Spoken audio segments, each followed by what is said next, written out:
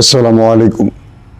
আপনাদের প্রচুর কমেন্ট এসছে, প্রশ্ন এসছে, পাকিস্তানের তুমুল জনপ্রিয় নেতা পিটিআই নেতা ইমরান খান কি বেঁচে আছেন নাকি তাকে জেলখানায় হত্যা করা হয়েছে। এই বিষয়টি নিয়ে আমি আসলে সত্যিকার অর্থে পাকিস্তানের বেশ কয়েকজন সিনিয়র সাংবাদিকের সাথে যোগাযোগ করেছি এবং আপনাদের মতো আমিও ততোধিক পরিমাণ টেনশনে আছি। কারণ এই মুহূর্তে আমার প্রিয় নেতা, যদি কাউকে প্রশ্ন করেন যে আপনার প্রিয় নেতা কে, প্রথমে আমি যে নামটি উচ্চারণ করব সেই নামটি হলো রজব তাইয়্যিব এরদোয়ান, আর দ্বিতীয় যে নামটি সেটি হলো ইমরান খান, আর তৃতীয় যে নামটি সেটি হলো ইরানের আলী খামেনি। এই তিনজন ব্যক্তি আমার রাজনৈতিক প্রেরণার জায়গায় বা রাজনৈতিক পছন্দের জায়গায় শীর্ষে রয়েছে। পাকিস্তানের সর্বাধিক খবর আমার ওপেন দাইজ আপনাদের দিয়েছে, যে কারণে অনেকেই আমাকে পাকিস্তানের খবর সবসময় সবার আগে আমার কাছ থেকে জানতে চান। ইমরান খানের সাথে তার পরিবার গত 2 সপ্তাহ দেখা করতে পারছেন না। ইমরান খান জেলে কেমন আছেন এই বিষয়টি তার পরিবারও নিশ্চিত হতে পারছেন না, তার আইনজীবীরা নিশ্চিত হতে পারছেন না, পিটিআই নেতারাও নিশ্চিত হতে পারছেন না। এর আগেও ইমরান খানের সাথে এমনটি হয়েছে, তবে এরকম লম্বা সময়ের জন্য হয়নি। আদালত, সর্বোচ্চ আদালত, হাইকোর্ট বলি, সুপ্রিম কোর্ট বলি, প্রত্যেকের পক্ষ থেকে নির্দেশনা আছে যে ইমরান খানের সাথে তার পরিবারকে আইনজীবীদের দেখা করতে দিতে হবে। প্রতি সপ্তাহে 2 দিন 6 জন ব্যক্তি তার সাথে দেখা করতে পারবে, এমন নির্দেশনা সুপ্রিম কোর্ট দিয়েছে। তারপরও গত 2 সপ্তাহ ইমরান খানের সাথে তার পরিবারের কেউ দেখা করতে পারেনি। যখন দেখা করতে পারেনি তখনই প্রশ্ন এসছে যে ইমরান খান কেমন আছেন, তিনি কি অসুস্থ, তিনি কি বেঁচে আছেন নাকি তাকে বিষ প্রয়োগে হত্যা করা হয়েছে। নানান রকম প্রশ্ন উঠেছে। ইমরান খানের 3 বোন যারা গত কয়েকদিন ধরে ইমরান খানের যে জেলে অবস্থান বা তাকে যে জেলে রাখা হয়েছে আডিয়ালা জেল, সেই জেলের বাইরে তারা শান্তিপূর্ণ বিক্ষোভ করেছেন এবং তাদের উপর পাকিস্তানের প্রশাসন, আইন শৃঙ্খলা বাহিনী, ফ্যাসিস্ট সরকার, আসিফ মনির এবং শাহবাজ শরীফ সরকার তাদের উপর আক্রমণ করেছে, তাদেরকে মারধর করেছে, নির্যাতন করেছে। চিন্তা করেন, যাদের বয়স 60-70-এর উপরে, বৃদ্ধ ইমরানের 3 বোন, তাদের উপরে পাকিস্তানের সরকার হামলা করেছে। যখন তারা তার ভাই কেমন আছে বা তার সাথে দেখা করার আইনি অনুমতি থাকার পরও দেখা করতে পারছে না, তখন তারা শান্তিপূর্ণ জেল গেটের সামনে বিক্ষোভ করছেন, তখন তাদের উপর আইন শৃঙ্খলা বাহিনী হামলে পড়েছে। মানে বাংলাদেশ আর পাকিস্তানের মধ্যে কোনো মিল পান, শেখ হাসিনার বাংলাদেশ আর আসিফ মনির পাকিস্তান যেন সেম টু সেম।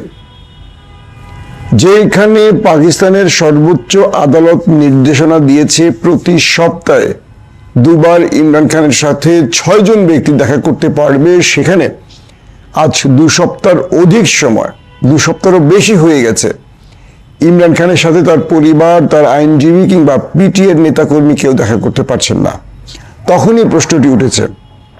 এরই মধ্যে আফগানিস্তান এবং পাকিস্তানের সোশ্যাল মিডিয়াগুলো জোরে সোরে প্রচার করছে যে জেলখানায় ইমরানকে হত্যা করা হয়েছে।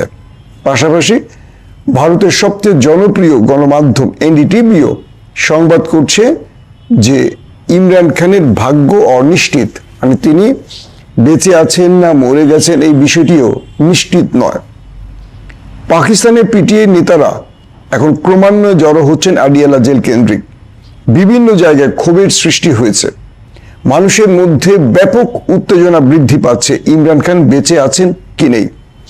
আর রাষ্ট্র অর্থাৎ পাকিস্তান সরকার এখন পর্যন্ত এই ব্যাপারে জনগণকে বা পিটিআইকে নিশ্চিত করে কোনো তথ্য দিচ্ছেন না। আপনারা জানেন যে ইমরান খানকে এর আগেও হত্যার বহু রকম চেষ্টা করা হয়েছে। গুজরাওয়ালাতে একটি নির্বাচনী প্রচারণায় ইমরানের উপর আক্রমণ করা হয়, প্রকাশ্যে হাজার লক্ষ মানুষের সামনে ইমরানের উপর আইএসআইয়ের এজেন্টরা গুলি করে। যদিও পাকিস্তানের গণমাধ্যম সাহস করে আইএসআই নামটি বলে না, তারা বলে সন্ত্রাসী, কিন্তু তারা ছিল আইএসআইয়ের এজেন্ট এমনটি দাবি করছে পিটিআইয়ের পক্ষ থেকে।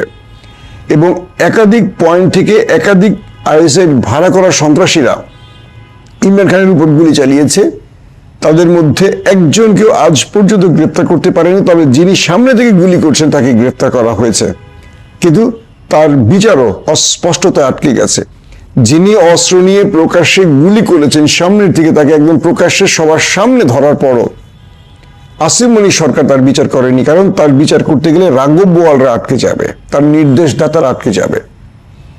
বুঝতে পারছেন কেমন আইনের শাসন রয়েছে পাকিস্তানে, জঙ্গলের শাসন চলছে, যেটা ইমরান খান বলেন। এরপর ইমরান খানের দলের সিনিয়র অধিকাংশ নেতাকে 2 বছরের অধিক সময়, প্রায় 2.5 বছরের অধিক সময়, 23 সাল থেকে গ্রেফতার করে জেলে রাখা হয়েছে বিনা অপরাধে। এবং ইমরান খানের বিরুদ্ধে একটার পর একটা ফেক মামলা সাজানোর পর আদালত তাকে জামিন দিলে নতুন করে আবার মামলা হয়। কয়েক ডজন বলবো না, কয়েক সেঞ্চুরি, আমরা বলি সেঞ্চুরি পার করেছে ইমরান খানের মামলা। কয়েকটি মাধ্যম বলছে 200-র অধিক মামলা হয়ে গেছে ইমরান খানের বিরুদ্ধে, অথচ আদালত একটিরও প্রমাণ করতে পারেনি তার অপরাধ। তারপরও এই লোকটিকে জেলে রেখে আসিম মনির পুতুল সরকার ক্ষমতায় বসাবার জন্য জনগণের সাথেই পরিহাস করছেন। যে দেশে নির্বাচনে একটি দল বিজয়ী হওয়ার পরও ক্ষমতায় বসতে পারে না, সেই দেশে সেনা প্রধান সকল ক্ষমতা তার হাতে রাখছেন। একদিকে সেনা প্রধান, একদিকে ফিল্ড মার্শাল, একদিকে 3 বাহিনী প্রধান হওয়ার আইন নতুন করে তিনি পাশ করাচ্ছেন। তারপর তিনি চাইলে আজীবন ক্ষমতা থাকতে পারবেন এমন আইন পাশ করাচ্ছেন। মানে আসিম মনির এখন যে আইনগুলো পাশ করাচ্ছেন এই চেয়ারে বসে, পাকিস্তানের ইতিহাসে কোনো সামরিক বাহিনী বা কোনো সামরিক সদস্য, সেনা অফিসার বা সেনাবাহিনীর কেউ এই আইনটি করার সাহস করেনি, কিন্তু আসিফ মনির সেটি করছে। আর এই আইনগুলো করার জন্যই ইমরানকে জেলে রেখে এভাবে হয়রানি করা হচ্ছে, তাকে হত্যার পরিকল্পনা পর্যন্ত করা হচ্ছে। এরপর ইমরান খানকে শরীরে বিষ প্রয়োগে হত্যা চেষ্টা করা হয়। হঠাৎ করে তার শারীরিক অবস্থার অবনতি ঘটলে দ্রুত তাকে চিকিৎসায় নেওয়া হয়। মানে এই আসিম মনির ইমরানকে এত ভয় পান যে তাকে জেলে রেখেও তিনি শান্তিতে ঘুমোতে পারছেন না। তাকে জেলের ভেতরেও হত্যা করে তিনি কনফার্ম হতে চান তার আগামী দিনের রাজনৈতিক খায়েশ, অর্থাৎ ক্ষমতার খায়েশ।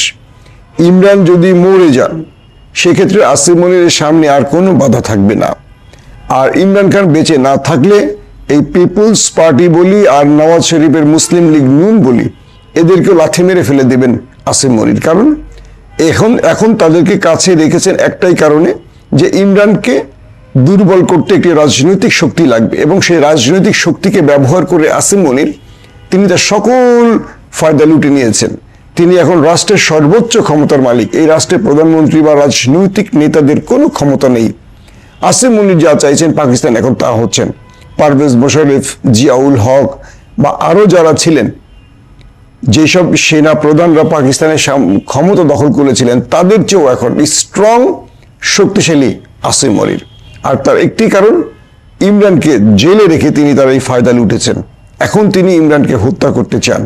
দর্শক, পাকিস্তানের যে সাংবাদিকদের সাথে আমি কথা বলেছি, তারা আমাকে বলেছেন তারা দোয়া করছেন, আমাদেরকে দোয়া করতে বলেছেন, বাংলাদেশের সবাইকে দোয়া করতে বলেছেন। ইমরান খানের জীবন এখনো নিশ্চিত ভাবে তাদের, মানে ইমরান খান বেঁচে আছেন কি মরে গেছেন এটা তারাও নিশ্চিত জানেন না।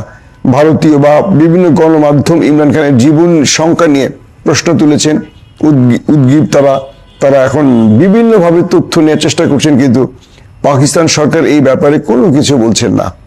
এখন তারা কি ইমরানের উপর এমন কোনো অত্যাচার হয়েছে বা এমন কিছু হয়েছে যে তিনি খুবই অসুস্থ, অথবা ইমরান মারা গেছেন, অথবা ইমরানকে আটকে রেখে মৃত্যুর গুজব ছড়িয়ে তারা মানুষের পালস বোঝার চেষ্টা করছেন যে ইমরানকে মেরে ফেললে আসলে জনগণ কি প্রতিক্রিয়া দেখাবে, এটি তারা বোঝার চেষ্টা করছেন কিনা, এমনটিও প্রশ্ন আছে।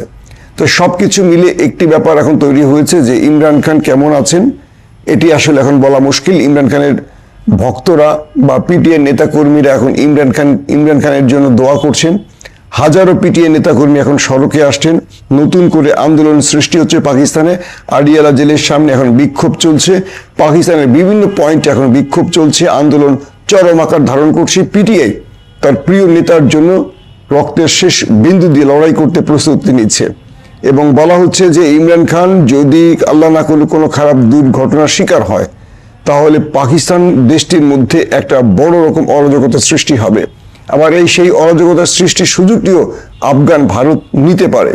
এই মুহূর্তে যদি ইমরান খানের কিছু ঘটে যায়, আসিফ মনির বুঝতে পারছেন না যে দেশটা ৭১-এর মতো আবারও ভেঙে টুকরো টুকরো হয়ে যাবে।